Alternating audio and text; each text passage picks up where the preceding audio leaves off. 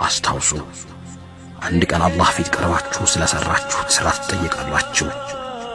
ስለዚህ ተጠንቀቁ። እኔ ካለፍኩ በኋላ አላህን ከመፍራት ጎዳና እንዳታፈነግጡ። ሰዎች ሆይ ከኔ ኋላ አዲስ ነቢይ ወይም መልእክተኛ አይመጣም፣ አዲስ እምነትም አይወለድም። በሚገባ ተመራመሩ። ሕዝቦች ሆይ የማስተላልፍላችሁን መልእክት በትክክል ተረዱ። ኋላዬ ሁለት ነገሮችን ቁርአንና የኔን ምሳሌነት ማለትም ሱና ትችላችሁ አልፋለሁ። እሱን ከተከተላችሁ ስህተት ላይ ከመውደቅ ትድናላችሁ። ያዳመጠኝ ሁሉ መልእክቴን ላልሰሙት ያስተላልፉ፣ እነሱ ደግሞ በተራቸው ለሌሎች አዳርሱ። የመጨረሻዎቹ አድማጮቼም ከኔ አንደበት ከሰሙት ይበልጥ በጥልቀት የሚገባቸው ይሁን። አላህ ሆይ መልእክትህን ለሕዝቦችህ ለማድረሴ ምስክር ይሁን።